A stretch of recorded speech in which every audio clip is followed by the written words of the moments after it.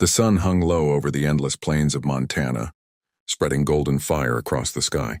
Dust swirled gently around the wooden platform of the small railway station, where a handful of ranchers stood, hats tilted, waiting for the train from the east.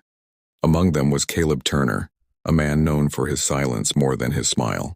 His weathered face and calloused hands told the story of hard years spent carving a life out of stubborn land. What the men around him didn't know was that today, he wasn't waiting for supplies or a shipment of cattle feed. He was waiting for a woman. Caleb had sent for a mail-order bride months ago. Loneliness had become his only companion after his parents passed, and the ranch grew quiet. The letters he received from a woman named Evelyn Hart had stirred something long asleep in him. Her words carried warmth and grace, a lightness that reminded him what it meant to hope. She wrote about her love for the prairie skies, though she'd never seen them, and how she dreamed of belonging somewhere again after life had taken too much from her. Her picture, folded neatly in the letter, showed a woman in her 30s, with calm eyes and a kind smile. That was enough for him. The whistle of the train broke through the silence. Steam hissed and metal screeched as the engine slowed to a stop. Passengers stepped down one by one, merchants, travelers, and finally her. Evelyn stepped onto the dusty platform, clutching a small suitcase and a letter. Her blue dress, simple but elegant, fluttered in the wind. Her eyes searched the crowd until they met his.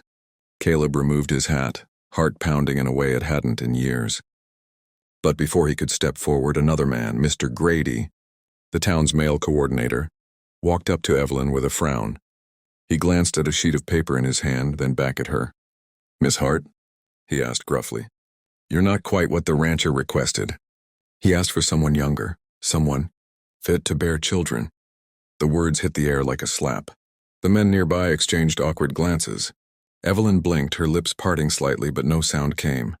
She looked toward Caleb, confusion and hurt written across her face. Caleb's jaw tightened. "That'll be enough, Grady," he said, stepping forward. "I'm the rancher and I never asked for that." Grady hesitated. "Well, that's what the agency sent in their notes." "I said that's enough," Caleb repeated, his voice low but firm.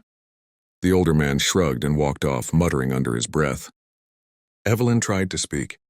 "If there's been a mistake, I understand. I can—" Caleb raised a hand gently.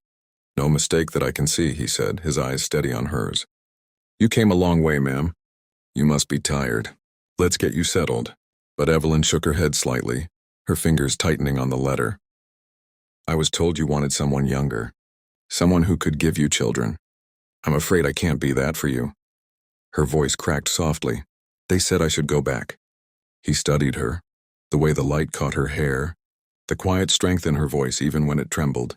"They said a lot of things I don't care about," he replied after a long silence. "The agency can send whoever they want, but I only asked for someone who wrote those letters."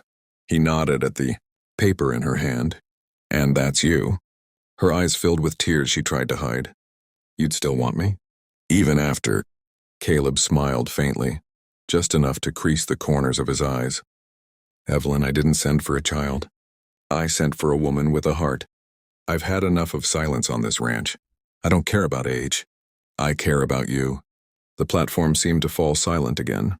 Somewhere down the line, the train let out a long, lonely whistle as if marking the moment. Evelyn looked down, then back up at him, unsure if she dared to believe what she heard. "Then what should I do now?" she whispered. "Stay," Caleb said softly. "Just stay, be mine." For the first time in years, she let herself smile, a real, trembling smile, the kind born from disbelief and fragile hope. She nodded slowly, the wind catching a loose strand of hair as the setting sun wrapped them both in gold.